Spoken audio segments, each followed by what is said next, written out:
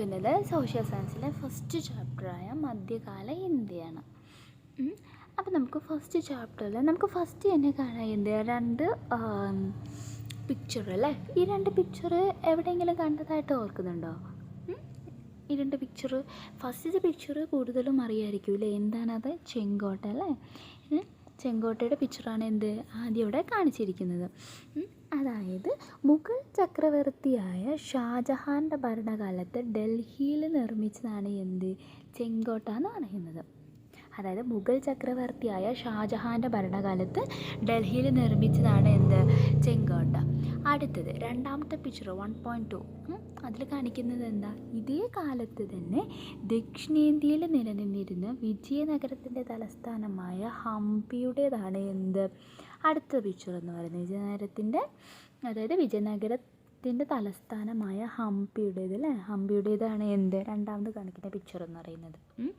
ഫസ്റ്റത്തെ എന്താണ്? ചെങ്കോട്ട, രണ്ടാമത്തേത് ഹംപി. അപ്പം ഈ രണ്ട് രാജ്യങ്ങളെക്കുറിച്ചാണ് നമ്മൾ ഈ ചാപ്റ്ററിൽ ഇന്ന് പറയാൻ പോകുന്നത്. അടുത്തത് നമുക്ക് അടുത്ത ഇതിൽ കാണുന്നത് എന്താണ്? അടുത്ത് നമുക്ക് മുഗൾ ഭരണം എന്താണെന്ന് നോക്കാം അല്ലേ. അതായത് 1526 മുഗൾ ഭരണം സ്ഥാപിച്ചത് ആരാണ്? ബാബറാണ്. അപ്പം അത് നോട്ട് ചെയ്ത് വെച്ചോളാം കേട്ടോ. അതായത് മുഗൾ ഭരണം സ്ഥാപിച്ചത് ആരാണ്? ബാബർ. ഏത് വർഷത്തിലാണ്? 1526 അല്ലേ. ഇമ്പോർട്ടൻ്റ് ആണ്, നോക്കിക്കോളൂ കേട്ടോ. അതേപോലെ 1857 വരെ ഡൽഹി കേന്ദ്രമായി ഭരിച്ച മുഗൾ ഭരണകാലത്തെ പ്രധാന ഭരണാധികാരികൾ അവരാരൊക്കെ? അതായത് 1857 വരെ ഡൽഹി കേന്ദ്രമായി ഭരിച്ച മുഗൾ ഭരണകാലത്ത് ഒരുപാട് ഭരണാധികാരികളുണ്ടാവും അല്ലേ. അവരിൽ പ്രധാനപ്പെട്ടവരാരൊക്കെയെന്നാണ് നോക്കുന്നത്. ഫസ്റ്റ് എന്താണ് നമ്മൾ കാണുന്നത്? ബാബർ അല്ലേ. ബാബറാണ് മുഗൾ രാജ്യത്തിൻ്റെ സ്ഥാപകൻ എന്നറിയപ്പെടുന്നത്. അതിൻ്റെ ഭരണകാലഘട്ടം എന്താണ്? 1526 to 1530. രണ്ടാമത്തത് ആരാണ്? ഹുമയൂൺ അല്ലേ. ഹുമയൂണിൻ്റെ കാലം എങ്ങനെയാണ്? 1530 to 1540. അതേപോലെ 1555 to 1556 അല്ലേ. അടുത്ത മൂന്നാമത്തത് ആരാണ്? അക്ബറിൻ്റെ ഭരണ ടൈം എങ്ങനെയാണ് വരുന്നത്? 1556 to 1605. അടുത്ത ആളാണ് ജഹാംഗീർ. 1605 to 1627.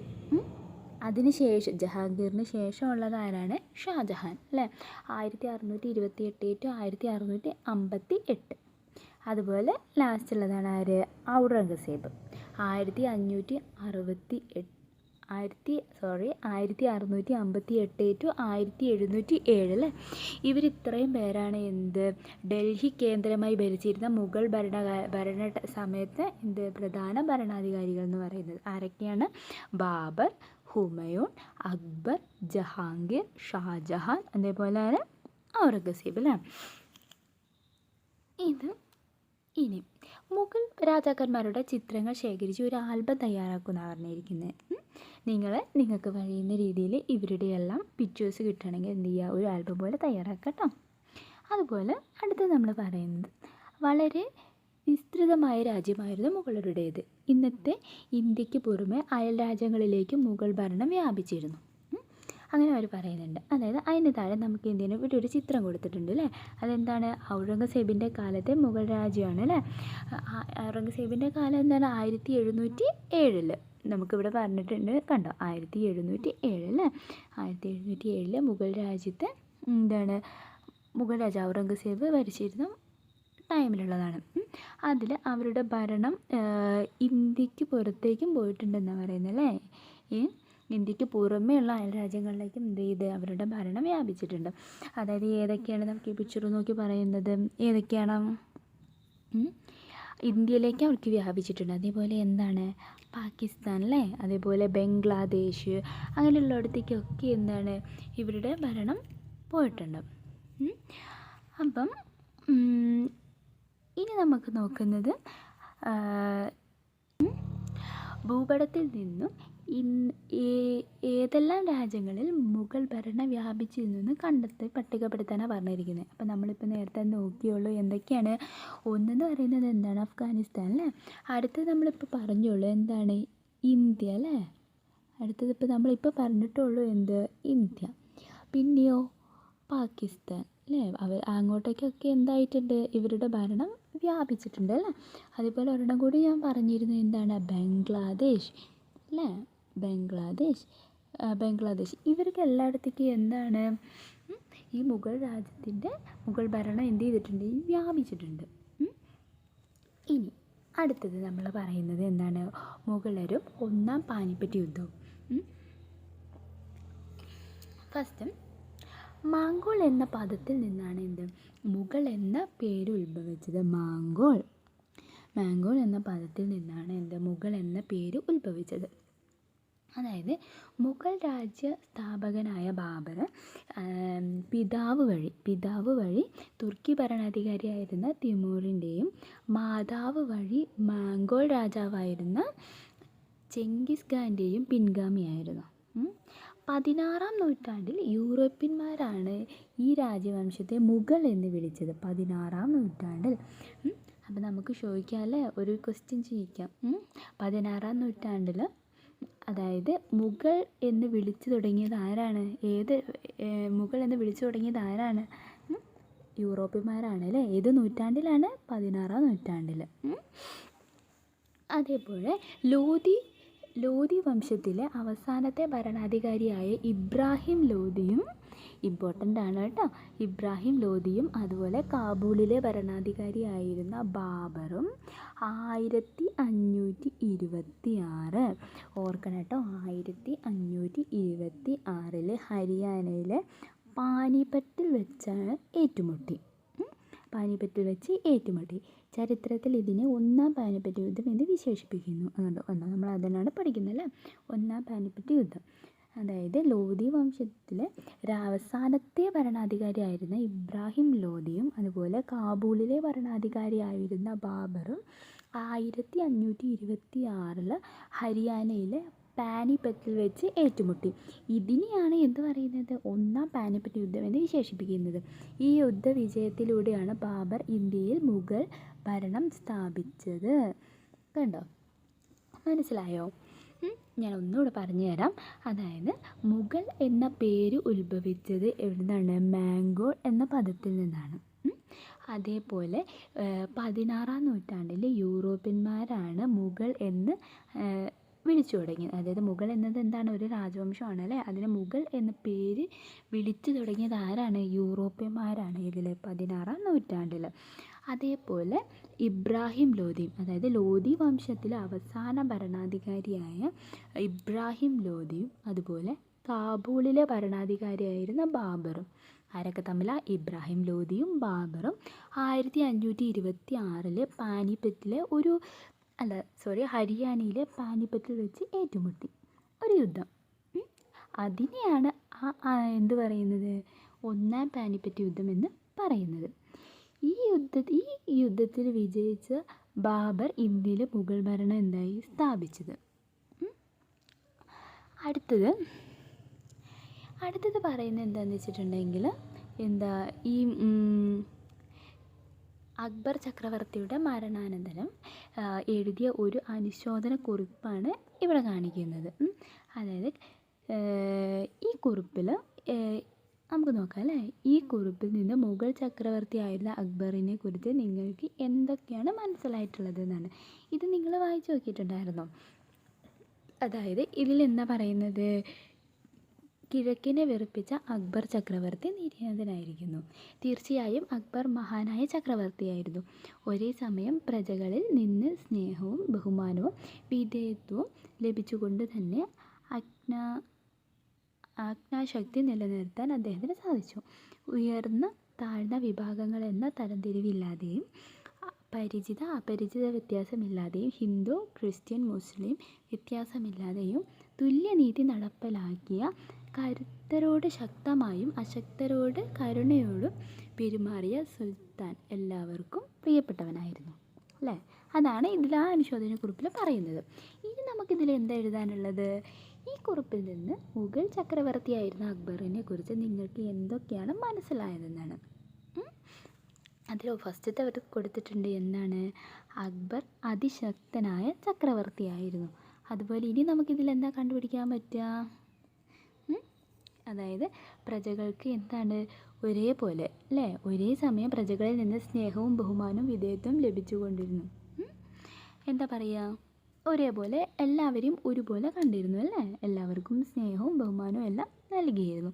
അതുപോലെ എന്താണ്, ഉയർന്നവരെന്നോ താഴ്ന്നവരെന്നോ വ്യത്യാസം ഉണ്ടായിരുന്നില്ല. അതായത് പിന്നെ അതുപോലെ എന്താ, ജാതി മത വ്യത്യാസമില്ലാതെ എല്ലാവർക്കും എന്ത് ചെയ്തു, തുല്യനീതി നടപ്പാക്കി. അതായത് കരുത്തോടെ വന്നവർക്ക്, അതായത് കുറച്ച് യുദ്ധം ഒക്കെ വന്നവരെ ശക്തി കൊണ്ടും അതുപോലെ അശക്തരായവരോട് കരുണ കൊണ്ടും പെരുമാറിയ ഒരാളായിരുന്നു ആര്? ബാബർ എന്ന് പറയുന്നത്. അപ്പോൾ അതാണ് നമുക്ക് എന്താ ഇവിടെ പോയിൻ്റായിട്ട് നമ്മൾ എഴുതാൻ പറഞ്ഞിട്ടുണ്ട്. അതായത് എന്താണ് അടുത്ത ഇനി നമ്മൾക്ക് പറയുന്നത് ഒരു പിക്ചറാണ് അല്ലേ, ഒരു പിക്ചർ. ഈ പിക്ചർ എന്താ പറയുന്നത്? മുഗൾ രാജവംശത്തിലെ പ്രസിദ്ധമായ ഭരണാധികാരിയായിരുന്ന അക്ബർ വിവിധ മതസ്ഥരുമായി ചർച്ച നടത്തുന്നു. ആ ചർച്ച നടത്തുന്നതിൻ്റെ ഒരു പിക്ചറാണ് ഇതിൽ കാണിക്കുന്നത്. ഇനി ഇതിലെന്താ പറയുന്നത്? 1575 തൻ്റെ പുതിയ തലസ്ഥാനമായ ഫത്തേപൂർ സിക്രിയിൽ എന്താ അക്ബർ എന്താണ് പണി കഴിപ്പിച്ചത്? ഇബാദത്ത് ഖാന പണി കഴിപ്പിച്ചു എന്ന് 1575.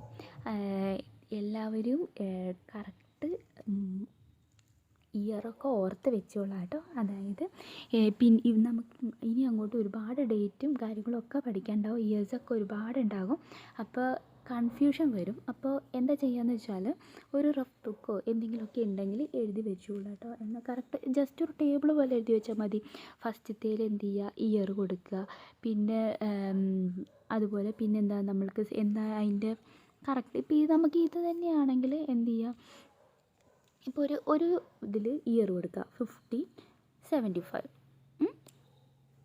1575 എന്ന് കൊടുക്കാം.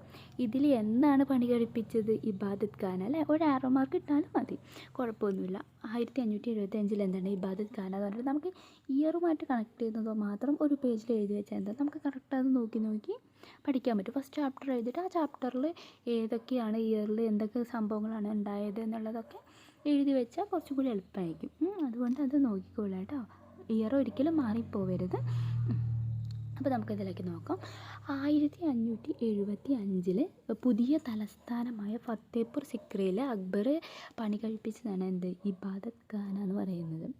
അതിൽ വിവിധ മതങ്ങളിലെ പണ്ഡിതന്മാരും പ്രമുഖരും ഇവിടെ ഒത്തുചേർന്നിരുന്നു. അതായത് ഈ പണി കഴിപ്പിച്ച ഇബാദത്ത് ഖാനയിലാണ് വിവിധ മതങ്ങളിലെ പണ്ഡിതന്മാരും പ്രമുഖന്മാരും ഒക്കെ എന്ത് ചെയ്തിട്ടുണ്ട്? ഒത്തുചേർന്നിട്ടുണ്ട്. അക്ബർ പിന്തുടർന്നിരുന്ന മതസഹിഷ്ണുതയാണ് ഇത്തരം ചർച്ചകൾക്ക് ഉത്തമ ഉദാഹരണം നമ്മളിപ്പോൾ ഓൾറെഡി പറഞ്ഞു അല്ലേ, അദ്ദേഹത്തിന് എന്താണ് ജാതിമത വ്യത്യാസമില്ലാതെ എല്ലാവരെയും അദ്ദേഹം എന്ത് ചെയ്തു? തുല്യമായി കണ്ടു അല്ലേ. അതിന് ഉത്തമ ഉദാഹരണമാണ് ഇത് പണി കഴിപ്പിച്ചപ്പോൾ മതപണ്ഡിതന്മാരെയും പ്രമുഖരെയും എല്ലാവരും കൂടി അവിടെ ഒത്തുചേർന്നു എന്നുള്ളത് അല്ലേ. ഇനി എല്ലാ മതങ്ങളുടെയും നല്ല വശങ്ങൾ കോർത്തിണക്കി അക്ബർ രൂപം കൊടുത്ത ദർശനമാണ് ദീൻ-ഇ-ഇലാഹി. എല്ലാ മതങ്ങളുടെയും, ഇന്ന മതം എന്നല്ല, എല്ലാ മതങ്ങളുടെയും നല്ല വശങ്ങൾ കോർത്തിണക്കിക്കൊണ്ട് അക്ബർ രൂപം കൊടുത്ത ഒരു ദർശനമാണ് ദീൻ-ഇ-ഇലാഹി എന്ന് പറയുന്നത്. എല്ലാവർക്കും സമാധാനം അഥവാ സുൽഹ്-ഇ-കുൽ എന്നതാണ് ഈ ദർശനത്തിൻ്റെ കാതൽ. അതായത് എല്ലാവർക്കും സമാധാനം എന്ന് പറയുന്നതാണ് അക്ബർ രൂപം കൊടുത്ത ദർശനമാണ് ദീൻ-ഇ-ഇലാഹി. ഇതിൻ്റെ കാതൽ എന്ന് പറയുന്നത് എന്താണ്? എല്ലാവർക്കും സമാധാനം എന്നുള്ളതാണ്. എല്ലാ ദർശനങ്ങളും മനുഷ്യരുടെ ക്ഷേമത്തിന് വേണ്ടിയുള്ളതാണ് എന്ന ആശയം വ്യക്തമാക്കുന്നതാണ് അദ്ദേഹത്തിൻ്റെ ലക്ഷ്യം. എല്ലാ ദർശനങ്ങളും മനുഷ്യരുടെ ക്ഷേമത്തിന് വേണ്ടിയുള്ളതാണ്. അദ്ദേഹത്തിൻ്റെ എല്ലാ ദർശനങ്ങളും എന്താണ്? മനുഷ്യരുടെ ക്ഷേമത്തിന് വേണ്ടിയുള്ളതാണ് എന്നതാണ് അദ്ദേഹത്തിൻ്റെ ലക്ഷ്യം എന്ന് പറയുന്നത്. ഇനി നമുക്കിവിടെ കാണാം ഒരു പിക്ചർ അല്ലേ. ഇതെന്താണ്? ഫത്തേപൂർ സിക്രി എന്താണെന്ന് നമ്മളിപ്പോൾ പറഞ്ഞു നിർത്തിയുള്ളൂ. എന്താണ്? ഈ ഇദ്ദേഹത്തിൻ്റെ എന്താണ് പുതിയ തലസ്ഥാനമാണ് അല്ലേ, പുതിയ അടുത്ത് നോക്കാം അല്ലേ. ജസിയ എന്ന മതനികുതി നിർത്തലാക്കിയത് ഭരണരംഗത്തും അക്ബർ സഹിഷ്ണുതാനം പിന്തുടർന്നിരുന്നു എന്നതിൻ്റെ തെളിവാണ് അല്ലേ. ജസിയ എന്ന മതനികുതി നിർത്തലാക്കിയ അദ്ദേഹം മുഗൾ ഭരണത്തിൻ്റെ എല്ലാ മേഖലകളിലും എല്ലാ മതസ്ഥരെയും തുല്യമായി പരിഗണിച്ചിരുന്നു. അതായത് മുഗൾ ഭരണത്തിൻ്റെ എല്ലാ മേഖലകളിലും, ഒരു ഭരണത്തിൽ നമുക്കറിയാലോ, ഒരു ഭരണത്തിൽ ഒരുപാട് മേഖലകളുണ്ടാവും അല്ലേ. അങ്ങനെ എല്ലാ മേഖലകളിലും തുല്യമായിട്ട് തന്നെയാണ് അദ്ദേഹം എല്ലാവരെയും പരിഗണിച്ചിരുന്നത്. അതായത് ഇന്ന മതസ്ഥരെ മാത്രം ഏൽപ്പിക്കുക അങ്ങനെയുള്ള പരിപാടികളൊന്നും ഉണ്ടായിരുന്നില്ല. എല്ലാവർക്കും തുല്യനീതിയായിരുന്നു. രാജ ഇത് ഇവരുടെ കുറച്ച് പേരുടെ പേര് ഓർത്ത് വെക്കട്ടെ. അതായത് അക്ബർ ചക്രവർത്തിയുടെ രാജസദസ്സിലെ ഉന്നത സ്ഥാനം വഹിച്ചിരുന്ന പ്രധാനികളായിരുന്നു കേട്ടോ. ആരൊക്കെയാണ്? രാജ ടോഡർമൽ, രാജ മാൻസിംഗ്, രാജ ഭഗവന്താസ്, ബീർബൽ. ഇവർ നാലുപേരും എന്താണ്, അക്ബർ ചക്രവർത്തിയുടെ രാജസദസ്സിലെ ഉന്നത സ്ഥാനം വഹിച്ചിരുന്ന പ്രധാനികളാണ് കേട്ടോ. അടുത്ത എന്താ, നമുക്ക് ഒരു കുറിപ്പ് എഴുതാൻ തന്നിട്ടുണ്ടല്ലേ. അക്ബർ ഇബാദത്ത് ഖാന പണി കഴിപ്പിച്ചതിൻ്റെ ലക്ഷ്യം എന്തായിരുന്നു? അതിപ്പോൾ ഞാൻ പറഞ്ഞു തന്നേ ഉള്ളൂ അല്ലേ. എന്തായിരുന്നു ലക്ഷ്യം? എല്ലാവരുടെയും തുല്യമായ തുല്യത അല്ലേ, എല്ലാവർക്കും തുല്യത. അതൊന്ന് നോക്കിയിട്ട് കുറിപ്പ് എഴുതിക്കോളൂ. ഇനി അടുത്തത് എന്താ എഴുതിയിരിക്കുന്നത്? അടുത്തതെന്ന് പറയുന്നത് ഒരു ജഹാംഗീർ തൻ്റെ ഒരു ഓർമ്മക്കുറിപ്പ് എഴുതിയിരിക്കുകയാണ് അല്ലേ. ഒരു ഓർമ്മക്കുറിപ്പായിട്ട് എഴുതിയ സാധനമാണത്. അതൊന്ന് വായിച്ചു നോക്കിക്കോളൂ കേട്ടോ.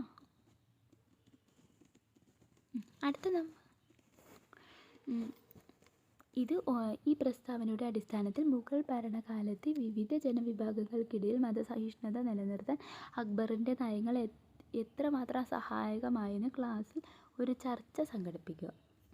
അത് ക്ലാസ് റൂമിൽ ഇപ്പം നമ്മൾ ഓൾറെഡി പറഞ്ഞല്ലേ, അദ്ദേഹത്തിൻ്റെ ഭരണവും അദ്ദേഹം എങ്ങനെയാണ് കണ്ടതെന്നൊക്കെ നമുക്കിപ്പോൾ മനസ്സിലായിട്ടുണ്ടാവും അല്ലേ. എല്ലാവരും തുല്യമായിട്ട് കണ്ടു.